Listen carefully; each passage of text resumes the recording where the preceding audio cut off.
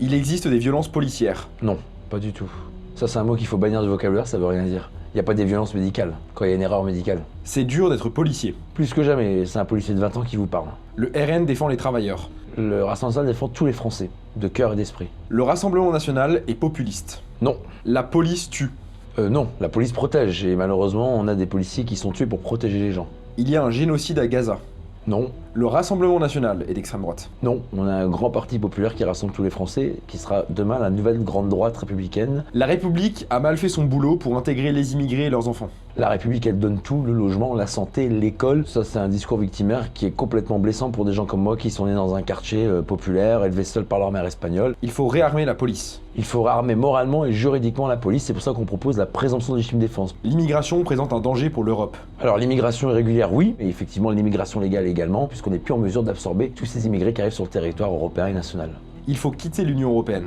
Non, il faut changer l'Union européenne. Les policiers contrôlent les gens en fonction de leur couleur de peau. Non, les policiers contrôlent les gens en fonction du code de procédure pénale et lorsqu'ils ont commis une infraction ou ils se préparent à commettre une infraction ou pour, par exemple, retrouver des gens qui sont recherchés. Certaines cultures ne peuvent pas cohabiter. Quand on est français, on est fier d'être français, quelle que soit sa couleur de peau, son origine sociale. Marine Le Pen est une femme de gauche. Marine Le Pen est une grande femme d'État et j'espère qu'elle sera présidente de la République en 2027. Reconquête est d'extrême droite. Reconquête est de la droite et ils ont leurs idées et souvent ils piochent dans notre programme pour pouvoir faire des propositions. Il y a plus de bons flics que de mauvais. Il y a énormément de bons flics et il y a très peu de flics qui sont mauvais. Il faut légaliser le port d'armes en Europe. Non, il faut lutter par contre contre le trafic d'armes dans les cités et qui viennent souvent de l'Europe de l'Est. Alors récemment, il y a un rapport de l'Agence européenne des droits fondamentaux qui a observé que selon eux, Déjà le nom, ça commence à me plaire déjà le nom. selon eux, il y aurait un certain problème de racisme structurel dans la police, et notamment en Allemagne et en Autriche. Est-ce que vous reniez complètement ça? Est-ce qu'aujourd'hui il y a un racisme structurel dans la police? Non mais il y a un racisme contre les policiers en fait. Faut arrêter de raconter des carabistouilles ou des bobards à tout le monde. Non mais vous croyez franchement que les 152 000 policiers et les 100 000 gendarmes en France, ou après moi je m'engage pas pour les polices européennes, hein, j'ai pas encore été dans tous les pays, pas encore, peut-être qu'en tant que député européen, si les Français nous font confiance, je pourrais être invité chez vous et vous répondre en allant voir les polices européennes, que ce soit en Autriche, en Allemagne, dans les pays que vous avez cités. Mais en France, il n'y a pas de racisme dans la police, encore moins de racisme systémique. Il peut y avoir ici et là des cas de racisme isolés, mais comme dans toute profession. Et je suis désolé, mais on nous dit il faut pas faire de généralité, de stigmatisation et finalement insulter les gens avec des raccourcis insultants. Bah, c'est ce qu'on fait avec les policiers et les gendarmes. Les policiers et les gendarmes, ils sont souvent victimes du racisme anti-flic, d'ailleurs que personne ne reconnaît. Moi je suis désolé, quand les enfants osent plus dire la profession à l'école, quand on a des policiers ou policières qui sont reconnus hors service par des voyous qui les agressent, oui, ils détestent l'uniforme parce qu'ils détestent la police et donc parce qu'ils détestent ce qu'on représente. Donc c'est du racisme lié à un groupe de personnes qui appartient à une institution. Donc, et notamment à la République, et ce qui n'est pas des moindres. Et donc moi je vous dis simplement, tout ça c'est des bobards. On veut nous vendre qu'il y a des policiers violents, les violences policières, c'est le mot que vous avez évoqué tout à l'heure, qui est absolument un non-sens et qui pour moi n'existe pas. Et aussi les policiers racistes. Bah voilà, enfin là c'est toujours le paquet, tout ça c'est l'ultra-gauche ça. Voilà. Il faut arrêter. Les mêmes qui, Louis Boyard ou d'autres, lorsqu'ils sont menacés par des personnes ou par des menaces précises, sont d'accord pour que les policiers les protègent. Bon, bah moi je suis désolé, quand j'aime pas quelqu'un ou quand j'ai pas confiance en quelqu'un, j'accepte encore moins qu'il me protège. Donc c'est des gens qui ont deux poids, deux mesures et qui font des discours pour attirer une clientèle électorale. Mais c'est comme ceux qui flirtent avec l'antisémitisme, ceux qui flirtent avec la haine du flic, la haine du juif, tout ça c'est pour attirer des voix. Voilà, mais ça fait très mal à notre République. Voilà, parce que les paroles se transforment après en actes, notamment de personnes qui sont endoctrinées par ces discours qui sont anti-républicains, à mon sens. Et ben justement, tout à l'heure, je regardais un débat que vous aviez eu contre Hugo Bernalicis, mais c'était il y a 2 ans. Oui, bon, Hugo Bernalicis, franchement, c'est un soi-disant spécialiste de la police. Il sait autant parler de la police que moi je sais faire de la cuisine. Hein, donc c'est dire un peu le niveau de connaissance de notre institution et de notre métier. En tout cas, lui, il disait qu'il était pour le redéveloppement d'une certaine police de proximité, les désarmer progressivement pour qu'on respecte plus les flics plutôt qu'on ne les craigne. Vous en pensez quoi de ça? Est-ce que c'est une bonne idée de désarmer la police? Et j'ai pas de leçon à recevoir, monsieur Bernalicis, ou ses propositions d'un parti où vous avez un député qui a été condamné pour des violences conjugales, c'est-à-dire d'avoir frappé sa femme, pour un chef de file qui est aujourd'hui encore pignon sur rue, il n'y a plus de mandat, mais tout le monde lui donne la parole. Donc pourquoi pas, c'est la démocratie. Mais qui a été condamné par le tribunal judiciaire de Bobigny au nom du peuple français pour s'en être près des policiers et des magistrats, ou encore Louis Boyard qui revendiquait d'être un ancien dealer. Attends ça, peut-être j'ai dealé, hein. T'as dealé des granolas, toi, allez. Je vais pas te mentir, j'ai dealé. Hein. Non, c'est pas vrai. Si, je vous jure. Voilà, moi, je vais pas rentrer dans les détails, mais moi, à un moment, j'étais en galère. On m'a proposé le bail, j'ai fait. Non, c'est pas vrai. Alors Si, comment je te c'est jure. passé? Je connaissais un mec, il avait du gros, il m'a fait passer, voilà. Donc avant de faire la messe à tout le monde et la bonne parole à tout le monde et d'être moralistes comme ils le sont, qui nettoient d'abord leur propre palier et qui voient un peu leur paillasson. Voilà, la police et les policiers, c'est pas leur paillasson sur lesquels ils s'essuient les pieds. D'abord qu'ils viennent faire des immersions dans les manifestations, dans les interventions quotidiennes des policiers, puis après ils sauront de quoi ils parlent. Moi j'ai fait des débats avec ces gens-là, ils savent même pas quelle est la durée de formation d'un gardien de la paix, d'un officier ou d'un commissaire de police. Donc c'est comme si quelqu'un que demain il voulait changer les vaccins mais qui savait pas comment on fabriquait un vaccin. Voilà, donc il faut rester honnête, moralement, intellectuellement, même j'allais dire légalement, puisque vous avez ici le pédigré que je viens de vous décrire de certains membres de leur parti. Donc il faut regarder notre parti, nous il faut qu'on la fout blanc que blanc, on demande toujours des comptes, à ces gens-là, aujourd'hui, on parle pas d'il y a 40 ou 50 ans, on leur dit jamais rien et tout le monde s'est accommodé à ce que quelqu'un frappe sa femme, quelqu'un s'en prend des policiers et des magistrats ou quelqu'un ait été dealer. Moi en tout cas c'est pas la vision, et encore moins dans notre parti, de la moralité, de l'éthique des élus.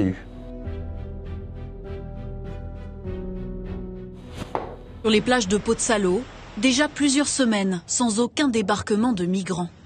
Pourtant, pendant des années, cette station balnéaire au sud de la Sicile était l'une des portes d'entrée de l'immigration illégale en Europe. Depuis janvier, les arrivées illégales ont été divisées par 3 en Italie. 16 000 contre 42 000 sur la même période en 2023. Serait-ce le résultat de la politique anti-migrants de Giorgia Meloni ? Première explication de cette baisse, un accord signé avec le président tunisien et payé par l'Union européenne. La Tunisie s'engage à mieux contrôler ses côtes et à empêcher les départs. La Tunisie ne peut pas devenir le pays d'où partent tous les migrants vers l'Europe. Si les arrivées diminuent, c'est aussi parce que les sauvetages n'ont jamais été aussi difficiles pour les ONG. Giorgia Meloni et son gouvernement d'extrême droite harcèlent les navires humanitaires comme l'Ocean Viking.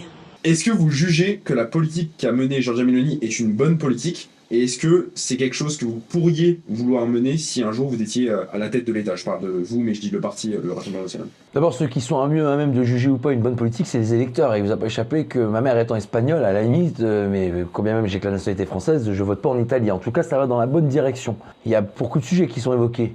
Le problème des ONG immigrationnistes, le problème des frontières et des côtes, notamment avec les blocus ou pas maritimes militaires, et ensuite le partenariat et la politique avec les pays étrangers d'où viennent principalement l'immigration, que ça soit l'Afrique du Nord ou subsaharienne, que ça soit aussi, parce qu'à un moment c'était le cas avec la Turquie, puisque les migrants privilégient beaucoup cette route-là, on voit bien qu'il y a une politique multidimensionnelle qui est importante de mener et on a des propositions. Par exemple, je vais être très concret si je peux me permettre, nous, et on est seul parti, et on est la seule liste avec Jordan Bardella à le proposer, on estime que c'est pas aux ONG à faire la loi et à dire qui rentre, qui sort, qui reste. C'est aux États membres et notamment aux États nationaux, pour nous la France, à dire qui rentre, qui sort et qui reste. Et pour ça, il faut qu'on protège non seulement nos frontières nationales, c'est le principe de la double frontière, avec les autres pays européens et les frontières européennes. Pour ça, est-ce que c'est possible ça? Mais bien sûr c'est possible. Parce que justement dans les traités de l'Union européenne, il est indiqué que chaque personne doit pouvoir circuler librement dans l'Union européenne sans... Mais nous on veut changer ça. D'abord nous on veut que ce soit uniquement les Européens qui puissent circuler dans l'espace Schengen. Parce que vous savez que quand un pays délivre un visa, il engage tous les pays membres de l'espace Schengen. Et ça c'est pas normal. La deuxième chose, c'est qu'aujourd'hui vous avez des contrôles aux frontières. À Calais, vous avez un contrôle entre la frontière franco-britannique. Au Perthus, vous avez des contrôles entre la France et l'Espagne. À Menton ou à Vintimille, vous avez des contrôles entre la France et l'Italie. Donc nous faire croire qu'il n'y a pas de frontières et que c'est pas possible, c'est mentir et c'est surtout méconnaître le travail des policiers et des gendarmes. En réalité, nous, on va accentuer, renforcer et préciser ce qu'on attend de nos policiers et de gendarmes sur nos frontières. C'est-à-dire uniquement ceux qui sont européens et qui sont amenés légitimement à circuler dans l'espace Schengen par des contrôles qui seront renforcés et surtout par les protection des frontières européennes, c'est ce que j'allais vous dire. Aujourd'hui, lorsqu'on sauve des bateaux en mer, et ce qui est très bien pour éviter que la Méditerranée devienne un cimetière, ou même la mer du Nord, ou les eaux territoriales du Nord, il faut qu'on puisse aller sauver ces bateaux, mais pas les ramener sur les côtes européennes, les ramener sur les côtes d'origine. Parce que sinon, on vous donne un signal qui est celui de dire vous payez 10 000, 15 000, 20 000 euros la traversée de la mer. Si vous êtes en difficulté ou sur un radeau de fortune, vous serez sauvé. Puis dans tous les cas, vous serez sur le continent européen. C'est jackpot, c'est bingo pour les passeurs, pour la trafic et les trafiquants de traite humaine. On va même plus loin, les demandes d'asile doivent être traitées dans les ambassades ou les consulats des pays d'origine ou frontaliers pour qu'on puisse être certain que lorsqu'ils sont déboutés de droit d'asile, ils ne viendront pas chez nous, ils ne resteront pas chez nous. Aujourd'hui en France, 90%, plus de 90% des gens qui sont déboutés de droit d'asile ne repartent pas, donc ça ne veut plus rien dire.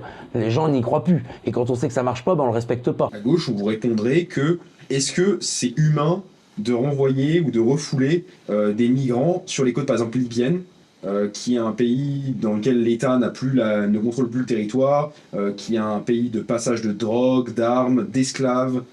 Est-ce que pour vous, c'est une mesure qui est envisageable, qui est humaine? Non mais à gauche, ils sont toujours généreux avec l'argent des autres. Ils ont qu'à accueillir des migrants chez eux. Je vois que tous ceux qui nous professent la bonne parole et la bonne conduite à tenir, ils accueillent jamais de migrants chez eux. Donc ils en accueillent chez eux. C'est des gens aussi qui habitent dans les quartiers où on n'a pas des campements de fortune comme on peut en connaître à la Villette au nord de Paris ou dans les grandes villes françaises ou les métropoles comme Lille, Lyon, Marseille, où vous avez des bidonvilles, où vous avez des tentes qui s'installent partout et n'importe comment. Et d'ailleurs, ils viennent souvent au soutien d'Utopia 56 ou d'associations qui se disent humanitaires et qui instrumentalisent la misère humaine et ces migrants pour les installer sur la place de l'Hôtel de Ville à Paris, sur des grandes places publiques dans les villes provinciales. Donc il faut être très clair. Et d'ailleurs, la suppression du délit de séjour d'étrangers irréguliers en France, supprimé par la gauche, par François Hollande, a été une très mauvaise chose. Parce que vous avez effectivement cette explosion d'immigration illégale qui vient chez nous par effraction et qui derrière, en plus, reste. Et puis pour une grande partie d'entre eux, se permettent de faire des victimes des infractions. À Nice, le préfet Moutou, qui n'est pas un préfet du Rassemblement national, c'est un préfet de la République, il expliquait que plus de la moitié de la délinquance de la République, c'était les étrangers. À Paris, on est quasiment au même chiffre, voire 70 à 80% dans les transports en commun. À Lyon, c'est pareil. Donc on voit qu'à Nantes, dans le centre-ville, j'en parle même pas. Donc il y a un lien entre l'immigration et l'insécurité. Il y a un lien entre l'immigration illégale et l'insécurité. Mais c'est les chiffres officiels du ministère de l'Intérieur. Hein. C'est pas une lubie du Rassemblement national ou c'est pas. Mais nous, on n'est pas anti-étrangers. Hein. On est pro-français. Et moi, quand je vais en Espagne, quand je vais en Grande-Bretagne, quand je vais en Italie, quand je vais aux États-Unis, je respecte les lois et les règles us et coutumes. Je rentre pas par effraction dans le pays. Je passe par l'aéroport, je passe par les voies maritimes lorsque c'est possible ou par les voies terrestres lorsque c'est l'Europe. Et je respecte en fait les conditions nécessaires, celle d'avoir un passeport et un visa, celle d'avoir une carte d'identité pour l'espace Schengen. Et donc tout ça aujourd'hui, c'est ni plus ni moins ce qu'on demande aussi aux gens qui viennent chez nous. Et comment vous expliquez alors cette corrélation entre immigration et insécurité ? Est-ce que vous considérez que c'est une question culturelle? Est-ce que c'est une question de religion, comme l'évoque souvent Reconquête? Ou alors, est-ce que c'est aussi une question de pauvreté, de conditions de vie? Comment vous l'expliquez tout ça? Non mais ça, faut arrêter. Ça, c'est les gauchos, c'est les bobos bien pensants qui nous expliquent que quand on est pauvre, on est un voyou. Mais quelle insulte! Non mais vraiment, moi, ça meurt de moi, c'est une insulte. Moi, j'ai vu ma mère se saigner pour avoir à manger dans ma gamelle. Et on n'est pas devenus des délinquants. On n'a jamais fait l'aumône. On a gardé notre dignité, notre fierté, on a remercié le pays qui nous a accueillis, et même mieux, moi je le sers depuis 20 ans, modestement avec mes collègues, pour rendre à ce pays tout ce qu'il m'a donné. Et moi, ma mère, elle m'a bien éduqué, elle m'a toujours appris à dire qu'est-ce que je peux apporter à la République, plutôt que qu'est-ce que la République peut m'apporter. Donc c'est de l'éducation, c'est aussi de l'amour et du suivi parental, et ma mère, elle était toute seule aussi. Du coup, ça contrarie beaucoup de gens de la bien-pensance et de la gauche. Non, ça c'est les discours des faibles et de ceux qui connaissent rien et qui, d'une certaine manière, veulent faire du clientélisme électoral. Moi, je vous dis simplement que j'ai été policier, donc j'ai pas besoin d'avoir des tableaux de bord Excel ou des statistiques pour savoir ce que vivent les gens dans le quotidien. Moi, j'ai été chef d'état-major de la police des transports en Île-de-France pendant 1 an, et j'ai pu voir qu'il y avait une surreprésentation des mineurs étrangers isolés sur le Trocadéro, sur le Champ de Mars, sur les lieux culturels comme par exemple Montmartre, pour parler que de ça à Paris, et même en Ile-de-France, sur les agressions physiques, notamment les vols avec violence, les vols à l'arraché, et ça c'est une réalité. Pourquoi c'est l'immigration? Parce que vous avez une grande partie de ces populations qui se disent mineurs non accompagnés ou mineurs étrangers isolés, à vous de choisir, qui sont souvent d'ailleurs pas isolés et encore moins mineurs, et qui savent que quand on est mineur en France, on a un totem d'immunité par l'ordonnance de 1945 sur les mineurs et par l'excuse de minorité d'ailleurs qu'on veut supprimer, et ensuite parce que quand vous êtes mineur, vous n'êtes pas expulsable. Donc c'est jackpot dans notre pays. Ils savent qu'ils seront très peu condamnés, qu'ils ne seront pas expulsables, et que derrière ils iront souvent à l'aide sociale à l'enfance qui est gérée par les départements et qui aujourd'hui est asphyxiée par ces populations qui arrivent et dont elles n'arrivent plus financièrement ni humainement ni matériellement à les gérer, et au détriment d'ailleurs des enfants français de nationalité française qui eux-mêmes ont besoin parfois de ces services-là. L'immigration, elle est en provenance de certains pays, typiquement le Maghreb ou le Moyen-Orient. Même si historiquement c'était plutôt européen, donc là on avait les immigrés italiens, dont moi je suis issu par exemple, vous l'immigration espagnole, etc. Mais c'est quoi la donne qui a changé? Bah oui, justement, pourquoi aujourd'hui cette immigration-là aurait un lien avec l'insécurité? Est-ce que ça a été la même chose quand on a accueilli des Espagnols, des Italiens, etc.? D'abord, les vagues d'immigration que vous évoquez, Espagnole, polonaise, italienne, moi je l'ai très bien connue puisque dans le nord dont je suis issu, vous en avez parlé tout à l'heure de Lille, on avait avant des industries de la métallurgie, de la sidérurgie, bien avant d'ailleurs dans le Pas-de-Calais par exemple, on avait les mines, comme le centre historique minier de Loarde. Donc on voit que toutes ces vagues-là se sont assimilées, se sont intégrées. On n'arrivait pas sur le territoire français en disant on vient avec notre langue, notre manière de s'habiller, notre manière de manger, notre manière de vivre, on mange, on parle et on vit à la française. Voilà, ça c'était déjà quelque chose d'important, c'est ce qu'on appelait l'assimilation. Les vagues d'immigration successives, moi je parle des anciens, de ce qu'on appelle les Chibani ou les populations plus anciennes que j'ai pu connaître dans les territoires les plus durs où j'ai travaillé parce que j'estime que c'est là où la police est le plus utile, elles se sont souvent intégrées aussi. Ce sont souvent les jeunes générations de nationalité française qui se sentent moins de Français que les autres ou pas du tout et qui n'aiment pas leur pays. Et c'est ça, moi, aujourd'hui, qui me brise le cœur et dont j'ai le cœur qui saigne quand je vois ça. Quand je vois que durant les émeutes de l'été 2023, que moi, j'ai pas commenté, mais sur lesquelles j'ai été directement confronté sur le terrain avec mes collègues pour que les institutions tiennent debout face à des émeutiers, face à des criminels qui voulaient brûler et qui ont brûlé des commissariats, des mairies, des écoles. À la Verrière, deux écoles primaires. L'émancipation de ces gamins qui n'ont rien et qui n'ont que la culture, le savoir et les professeurs pour sortir de leurs conditions d'origine. Ça, personne s'en est ému, ou en tout cas, ça aurait dû être dénoncé par tout le monde. Tout le monde aurait dû le dénoncer, ce qui n'a pas été le cas. Alors là, vous parlez d'assimilation, vous disiez qu'avant, on s'assimilait mieux. Qu'est-ce qui a changé ? Avant, on s'assimilait tout court. Et qu'est-ce qui a changé aujourd'hui ? Aujourd'hui, on a l'impression que la France, c'est l'auberge espagnole. On n'est pas chez McDo, en fait. Chacun ne vient pas comme il est. Chacun doit faire en sorte qu'il respecte les règles, us et coutumes de la République française. Voilà. Dans les écoles, on ne montre pas de quelle religion on croit ou on appartient, ou des convictions politiques, philosophiques ou religieuses, ou même dans les services publics. Dans nos cantines, on mange aussi effectivement dans des conditions que nous donnent les institutions républicaines en respectant évidemment les uns et les autres. Mais ce que je veux dire, c'est qu'aujourd'hui, il y a un entrisme islamiste et pas les musulmans français dont la grande majorité respecte nos lois. Moi, je parle des islamistes. Aujourd'hui, les islamistes, ils veulent imposer la loi de la charia, ils veulent imposer leurs valeurs, leurs coutumes, leurs règles. Et d'ailleurs, vous avez des quartiers entiers qui sont sous couperet des frères musulmans. On nous vend un système économique qui n'est pas celui de la France, on nous vend une culture qui est différente de la France, on nous vend une langue qui n'est pas celle de la France, on nous vend des modes vestimentaires qui ne sont pas ceux de la France. Est-ce que l'islam est incompatible avec la France Non, mais il faut arrêter de confondre les islamistes et l'islam.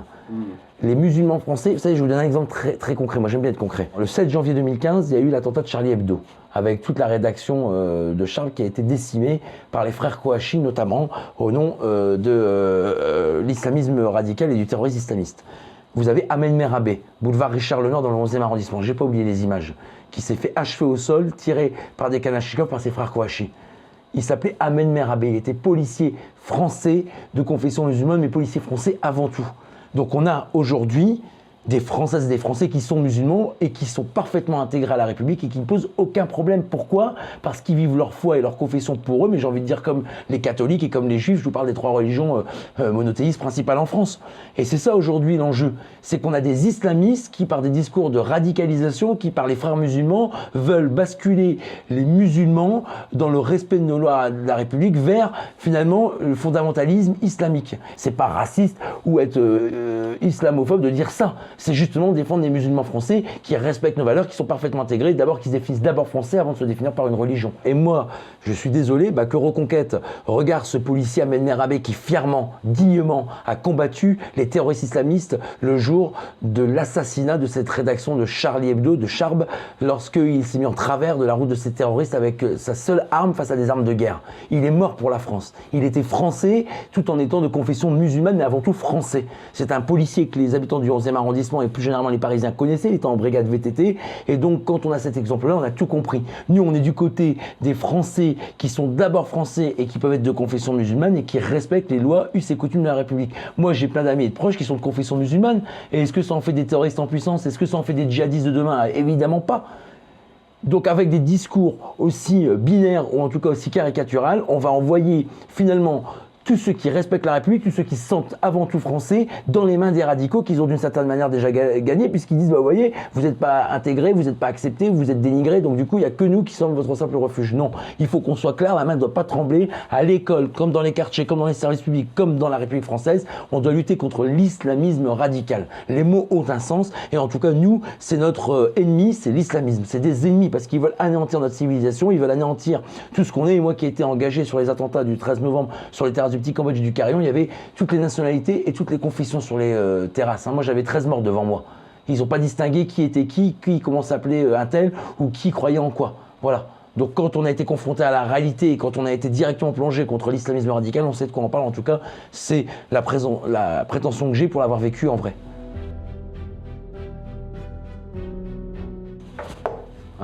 Récemment, en Espagne, il y a eu un meeting du parti Vox. Donc c'est l'équivalent de la droite radicale en Espagne. Sais, tout à fait, ouais. Et Marine Le Pen y était présente. Quelle va être la position du RN? Est-ce que vous allez rester dans le groupe ID? Est-ce que au contraire vous questionnez pourquoi pas rejoindre Giorgia Meloni? On en parlait tout à l'heure, vous êtes plutôt en phase avec les idées. Dans le groupe ECR, qu'est-ce que vous comptez? Vous l'avez pas dit, mais je vais le dire.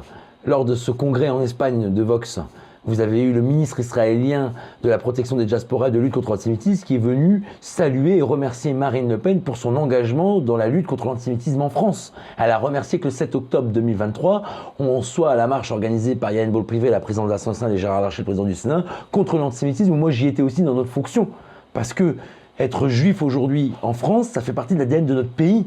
Ensuite, le 9 juin, c'est pour ça qu'on espère que les Françaises et les Français vont voter massivement pour la liste de Jordan Bardella, auquel vous avez devant vous votre serviteur, et où on espère envoyer le maximum d'eurodéputés, parce qu'au plus on sera nombreux du Rassemblement national dans cette Union européenne, dans cette Europe, au plus on sera fort. Et cette force, ça nous permettra de renégocier des alliances, des partis, et faire en sorte que demain, on ait un vrai parti qui défend les nations, qui défend les peuples, face à la technocratie de Renew, ou même celle du Parti populaire européen, le PPE, auquel appartient M. Bellamy, et dont est issue Mme von der Leyen. On attend le résultat que les Français vont nous donner, j'espère largement en tête, le 9 juin au soir, qui nous permettra derrière de renégocier des alliances et finalement de créer un grand groupe qui pesera demain au Parlement européen. Et donc du coup, comme on aspire demain à être un parti de gouvernement et dont on espère qu'en 2026 on va rafler beaucoup de mairies, qui sera le prélude de 2027 où j'espère que Marine Le Pen sera présidente de la République et Jordan Bardella Premier ministre, et bien effectivement les alliances de demain, c'est-à-dire celles après le 9 juin, vont énormément compter pour qu'on pèse au Parlement européen. Il faut qu'on ait tous les pouvoirs. Parlement européen pour défendre une autre Europe, Parlement français pour défendre une politique différente de celle d'Emmanuel Macron, et la présidentielle évidemment qui est la clé de voûte de nos institutions voulue par le général de Gaulle lors de l'adoption de la 5e République en 1958.